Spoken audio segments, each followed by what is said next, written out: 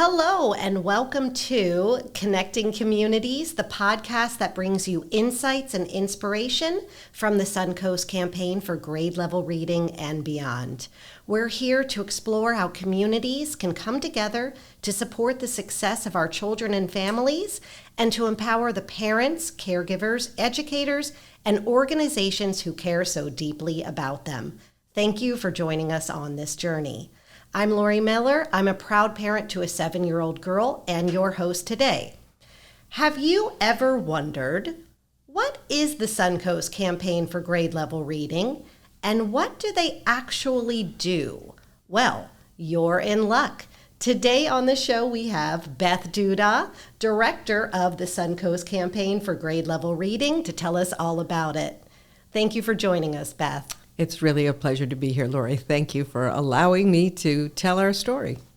Well, we're delighted to have you on the show. So, Beth, let's get into a little bit of your history. What led you to the work that you do now?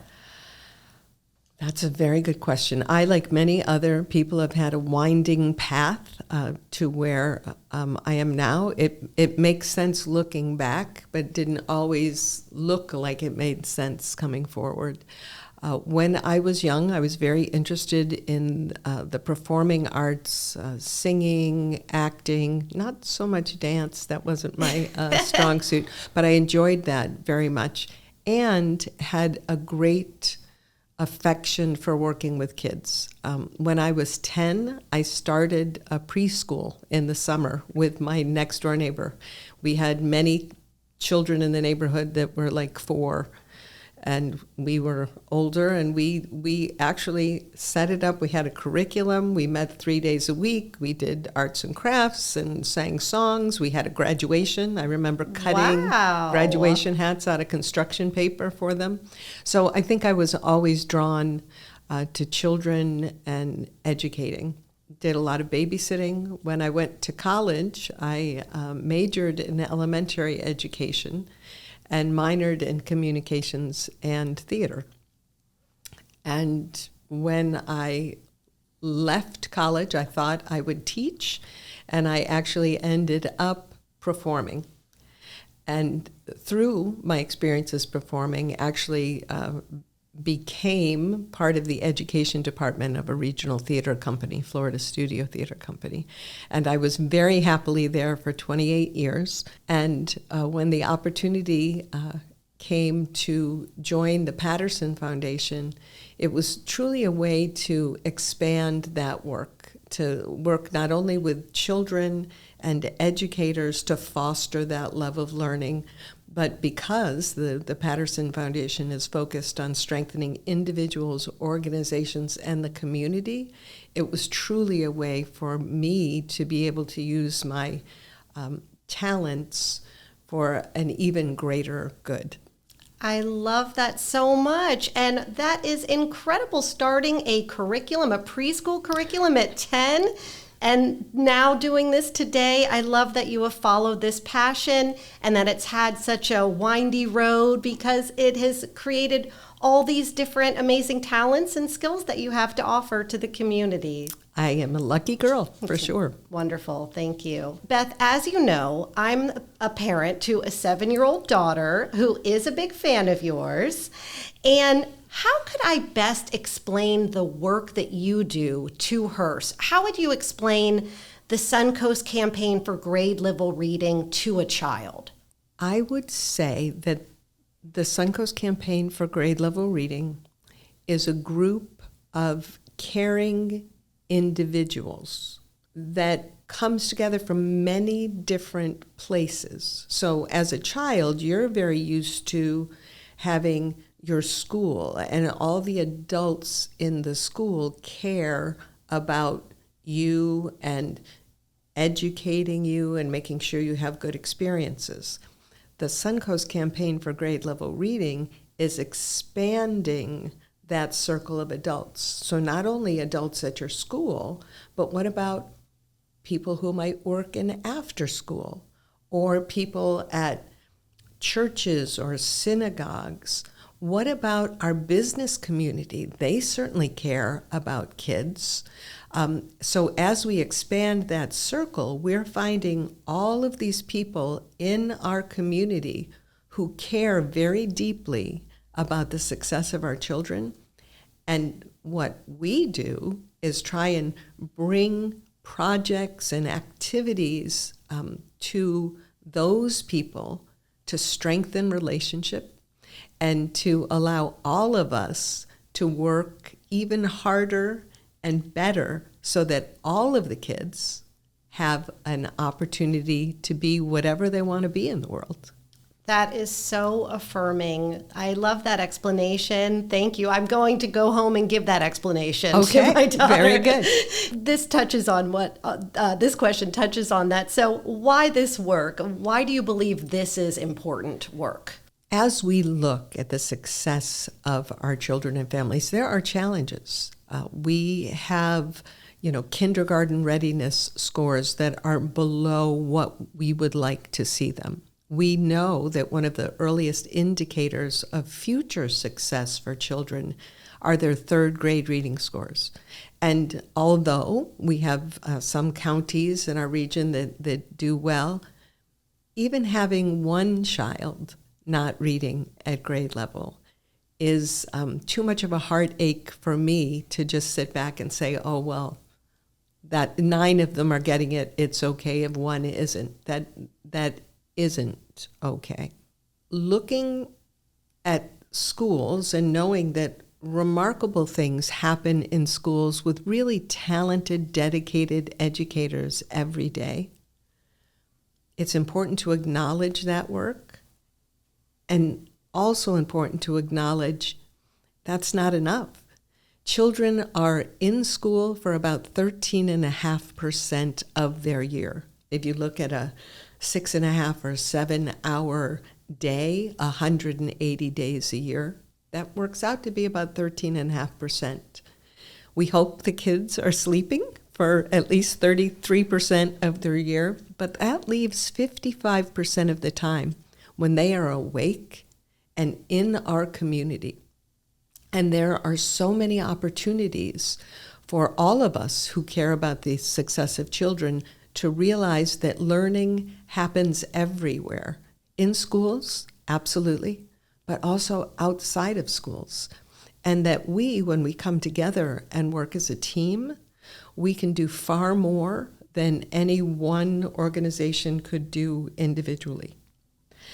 So looking for every opportunity to bring forth community and widespread participation for us to reach our shared aspirations for our kids. And I've never met anyone who doesn't have aspirations for their kids or our kids, the children in our community. Yeah, I mean, it's so important. And I think that, that's why there's that saying, it takes a village, and it really does. And hearing that number, that 55% of the time kids are out of school, and that's just so much opportunity for learning, right? Absolutely opportunity. And an opportunity for all of us in the community to realize the role that we can play in our children's success. None of us can do it all, but all of us can do something. Yeah, that's wonderful. And I think it's something that's so important for every parent, every adult, every community member to think about, right? What ways can they help support the learning ecosystem locally and beyond? Yeah, and some of it's quite easy. Some of it's just in modeling, not being afraid to say that you love reading and talk about what you like to do, allowing children to see adults read and enjoy reading can be a small thing that people can do. We certainly, through the different projects we put forth with the Campaign for Grade Level Reading, have opportunities for volunteers. We have opportunities for organizations to come forth and put forth events that foster parent and community involvement. So there's a lot of different ways that we together can make a huge difference in the ecosystem to help our kids. Well, I'm glad you say that, because I was going to ask, and you bridged it so beautifully, how does the work that you do help to achieve these goals? And you touched on some of it, but could we... So I look at the Campaign for Grade Level Reading as being a movement, that we are trying all the time to identify those people who care deeply about the success of our children and provide ways for them to be involved in the improvement or the success of the kids. So there are many different things that we do in alignment with the National Campaign for Grade Level Reading. So there are 5 pillars that our work focuses on. The first one is school readiness, and that's truly the 0 to 5 years. What's happening prenatally even? How are we making sure that we're taking advantage of every opportunity to build our children's brains? I don't think a lot of us are aware that the most active period of brain building is in the first 3 years of life. So we're looking at what organizations are already working in that space. Are they working siloed, or are they networked with each other? How can we make sure that our daycare educators are aware of the importance of their job? How can we make sure that parents are ready to be the first best educator of their child? And probably most important, how can we all work together to make sure that that boat is rowing in the same direction? A similar thing with another pillar in the campaign, which is school attendance. Very often, kind of the canary in the coal mine for issues or obstacles in learning with families can be school attendance. And so we're looking at how can we make certain that schools are providing an atmosphere where children want to be, where parents feel like they're an active part of the school and the school day. And we know that if kids are chronically absent, and that means missing 10% or more of the school year, that you start to see an academic decline. Now, that 10% number, that a lot of people would be like, well, of course my child isn't going to miss 10% or more of the school year. But that boils down to just 2 days a month. Wow. So, yes. That would surprise a lot of people to hear, I think. So we really want to help the schools to tell that story about the importance of arriving at school every day on time in order to maximize the really important learning that goes on. Another area that we look at is summer learning, and that's another pillar of the campaign. Studies show us that moderate and higher income children are able to actually increase learning skills over the summer because of their exposure to high-quality summer camps or learning experiences. And our children that are growing up in asset-limited families very often are losing reading skills over the summer. It's called the summer slide, and on average, kids are losing 2.5 months of reading skills over the summer. So if we look at that, and we know that kids learn at about the same rate during a school year, but if a child is already starting behind at the beginning of the year, they'll still be a little behind by the end of the year. And then if you go into summer and the moderate and higher income peers are gaining a month and our asset limited kids are losing 2.5 months, by the end of 5th grade, that can be a 2 academic year difference. Wow. So it's important that parents understand that, and that children are given opportunities during the summer to keep that level of learning alive and to keep reading and investigating and finding things to be excited about. And I think the summer is a great opportunity for kids to be able to follow their passions and to learn more about the things they actually want to learn about. Another pillar of the campaign is family and parent engagement. We know there's great work happening in the schools. We also understand the role that families and parents have in that learning journey, and we want to make sure at every opportunity that it's a partnership and that we are putting forth the opportunities for parents and educators to work as teams and to, again, truly build that ecosystem. And Suncoast Remake Learning Days is a great way for us to do that. The fifth pillar of the campaign is the social determinants of health. Hungry children have a hard time learning. Children who are unable to see the page or see the board have a hard time learning. So really working within the community to identify the obstacles that could keep a child from attaining all of the gains that we hope they'd attain. You mentioned Suncoast Remake Learning Days. Could you speak a little bit more on that? I could speak probably too long on that. So thanks to the generosity of the Patterson Foundation, we have become part of a national network that is called Remake Learning Days. It's a learning festival. Every event gives an opportunity for parents and children to learn something side by side.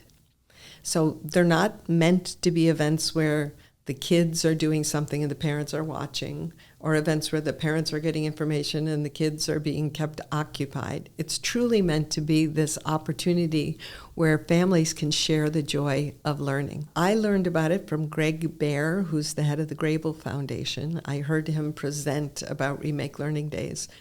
And at the time I heard it, we were really looking for how we could do more in fostering family and parent engagement. And I remember being so excited when I heard about that, thinking, we could do that in our area. We have a wonderful governing board at the Patterson Foundation, and our president and CEO, Deborah Jacobs, when I explained to them what the program was, they quickly hopped aboard.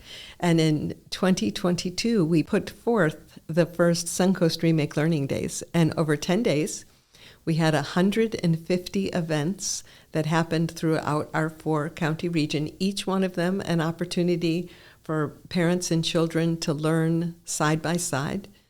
The following year, we did it again, and it expanded to 204 events over a 10-day period. And it was at that time we kind of did a look and said we need to expand the number of days of the festival in order to accommodate everyone who wanted to be a part of it. So in 2024, we did the festival one more time. We had 304 events over 15 days with 277 participating organizations. This festival has given us a tremendous way to continue to bring people to the movement, to allow them to put forth the activities that fit with their mission, and by all of us coming together to have a greater impact together than any one organization could have had by themselves. I mean, this is truly spectacular. It's a free festival, and everybody is welcome to attend. And just that so many partners come together to work on this. It is just a phenomenal festival. I hope other communities, it sparks their interest in bringing it into their areas, because it is truly a joy to participate in. And I'm excited to see what the festival this year is going to look like. I am too. Our dates for this year are April the 19th through May the 3rd, and there will be activities in DeSoto, Charlotte, Manatee, and Sarasota counties, all of them free, all of them open to the public, and all of them with that important opportunity for that joint learning between parent and child. So much fun. I know I'm going to go to as many as I can, and I am certain that I'm going to learn some things that I never knew about along with my family. So what a joy. I'd like to ask you, it sounds like you're involved in a lot of really interesting initiatives, and I'd like to know what Suncoast Campaign for Grade Level Reading program or an initiative or a value or even a way of working do you think is unique to the Patterson Foundation or something that you're most proud of? I do think the fostering wide participation for shared aspiration is really important, and it's one of the values of the Patterson Foundation that speaks to me.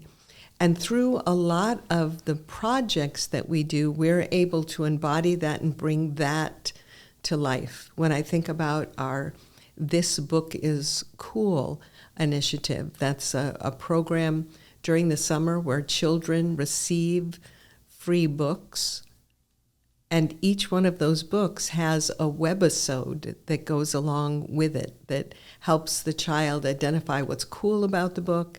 There's a shared activity that they can do with their parents, and then they can send us pictures of that activity and kind of have this dialogue where we're affirming the work of the family. And that's been a wonderful way. Last summer we had more than 4,000 children who participated in that. And when you do the multiplication of them and their parents, and what a great way to bring that work. It's not only though individual families in the summer, we're also working with our summer providers with the Suncoast Reading Challenge. We had more than 80 summer camps that came together to say, yes, learning and reading is important over the summer, and we're going to put forth programming that keeps that love of learning alive in children. So that's been a wonderful way for us to build that participation. And then we have our kindergarten readiness program, where we're giving kindergarten readiness bags to incoming kindergartners that have all kinds of tools in them that parents can do with their children in the months before kindergarten. And that's been important to build the relationship with our educators and our preschool educators, but also we've had great involvement with community partners with that. Sarasota Rotary Club Foundation helps to sponsor the bags, as well as helps us put the bags together and helps us deliver the bags to, I think it's more than 90 schools throughout our 4-county region. And that's been a way for them to affirm their commitment to education. We talk about, reaching out to community. One of the ways we do that is through Pop-Up Neighbor Through Laundry, where the Patterson Foundation goes to a laundromat for about 5 hours. Anybody who walks through the door, we pay all their laundry fees. We bring laundry detergent and stain remover and anything you would need. And we have community partners with us. Very often the food bank is with us, the public library system, the health department comes to give information and sometimes resources. First 1,000 Days often is there with baby wipes and diapers. And it's an opportunity for us to have real conversations with the people who live in our community. And then I look at some of the other things we do. We do a monthly convening of ESOL and ELL professionals, bringing them together to create a network of support for families who perhaps, don't speak English as their first language. And all of the things that we do are meant to strengthen, certainly, individuals, organizations in the community, but are also meant to bring forth all of these people who care so deeply. And it's affirming and positive and a way for all of us to affect change for not only our present, but perhaps more importantly for our future. I love that. I mean, it's not just impactful work, but it actually sounds like a lot of fun. There's activities, there's backpacks, there's videos, there's hands-on learning activities, there's so much great work, and there's so much fun to be had doing it. And I love that everybody comes and helps participate, and that there's opportunities for people in the community to volunteer and help extend these experiences out into the community. And, I think it's important, Lori, for you to mention the fun, because that's when all of us learn best. We learn best when we want to learn about something, right? And information sticks with us longer when we're having a good time doing it. I don't remember much about, page 37 in my math book when I was in 7th grade. But I do remember the field trips and the experiential learning that we had that year, and probably every other year that I was in school. Yeah, and what's, I think, so amazing, particularly about Suncoast Remake Learning Days, is there's a discovery of new passions that happens, right? So, and maybe not even the kids, maybe the parents discover something that they're passionate about as well. So, maybe they don't even know about this new thing that they're there to discover, or maybe they've never heard of a local organization that does all these cool things, but it's just not on their radar. And I love the collaborative nature of it. There are incredible organizations, foundations that are working in our 4-county region. And things like Suncoast Remake Learning Days, or the partnership that we have with Rotary or with First 1,000 Days, that gives us this opportunity to strengthen the relationships between organizations that then makes us stronger as a community. Absolutely. And now it's time for Big Picture, Small Steps. Ooh, that sounds exciting. That's right. So, Beth, if you had to summarize the big picture of your work goals or aspirations into a couple of sentences, what would it be? I would say that I want every child to be able to create for themselves the future they would most like to have. And I think that truly is it. That is the big picture. Mm-hmm. Well, it's a good goal for sure. It's a good goal. I share that goal. And let's talk now small steps. So what advice would you give to someone who wanted to help? What are 1 to 3 small, actionable steps that someone could do immediately to help achieve these goals? Okay, so I do believe that relationship is all important, so that if you are a parent or an educator or somebody who's working in an after-school program and you feel isolated or alone, or you're feeling like you care more than anybody else cares, that would be a signal to reach out, because I can tell you there is a network of people who care deeply, and to start building those relationships. It's far easier for all of us to do it together than it is for any one person to do it alone.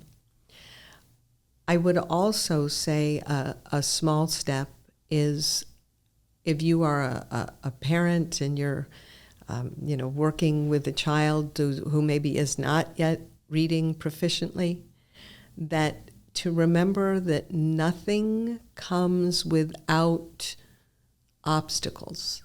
I can remember working with a 7-year-old in reading, and he tried to explain to me that reading wasn't just his thing, that he was better at other things. And that was true in that moment, but that wasn't where we should give up and say, oh, okay. That it was truly by persisting and finding the things that he was interested in, and finding reading materials about his interests and modeling reading, reading aloud to him so that he could experience the magic of books without the struggle that truly made the difference. So don't give up. Where there is a will, there is a way. And the other thing that I would say is that we as adults need to invest our time in reading and in sharing the joy of learning new things with each other and with youth. This is all great advice, and I find it very reassuring as a parent. Don't give up. Keep going, guys. We're going to get there. And also about us being advocates for our children and having advocates in our community for our children. I'm so grateful for that. And parents, please, connect with all of the advocates in your community who are doing great work and get connected yourself and see if you can lend a hand to the community picture as well. Are there any other tips that you wanted to give to our listeners? I do recommend utilizing our public libraries. What a wonderful resource that's there for everyone. And if you haven't been to the library in a long time, I want to tell you it is not your grandmother's library anymore. There are books, certainly, but you can take out jigsaw puzzles. They have cooking equipment, telescopes. I think you can even take out a ukulele from some of the libraries, so that if you have an interest in learning something, our public libraries are a wonderful resource, and I recommend that highly. I mean, it's incredible. And I think there's a library locally with a 3D printer, right? And many of the local libraries have a makerspace where you can go and learn how to knit or crochet. They have sewing machines that you can use on site, 3D printers. It's amazing, and it's a wonderful free resource that all of us own. All of us who are taxpayers own these wonderful buildings full of these incredible resources. And just go to your library, get your library card out, and have some fun. Yes, so cool, so free, such amazing enrichment that's available to anybody that just has a willingness to go and get a library card. So definitely take that tip. Take her up on that tip. Beth, thank you again for joining us today. Where could listeners find you to learn more about you and your work? Oh, my goodness. Well, certainly our website, grade-level-reading-suncoast.net, has a lot of information on it about many of the programs I talked about today and more. We were not able to touch base on everything that we're involved in, so I do recommend that. That's grade-level-reading-suncoast.net. I can always be reached through email, bduda@thepattersonfoundation.org. And then out in our community during Suncoast Remake Learning Days, I try to always wear my name tag. I am hopeful that if people see me out in the community, they would welcome the opportunity for a chat. And I'm looking forward to bringing even more people into the movement. Yes. If you have the opportunity or you are interested, please do go to the website. There's so many amazing things that the Suncoast Campaign for Grade Level is involved in, and so many amazing ways that you yourself can get involved. And I encourage anyone listening who doesn't feel they're as involved as they would like to be to reach out, because we can find a place where they can utilize their talents to help our community as a whole. Thank you, Beth. We'll have those links and links to some of the things that we've discussed today in the show notes. Beth, once again, we appreciate you taking the time to chat with us today on Connecting Communities. It's truly a pleasure.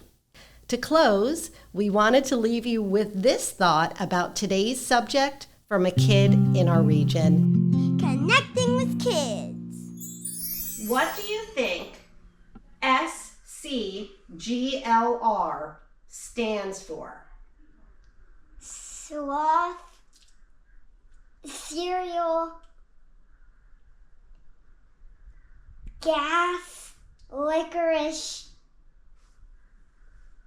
renovated.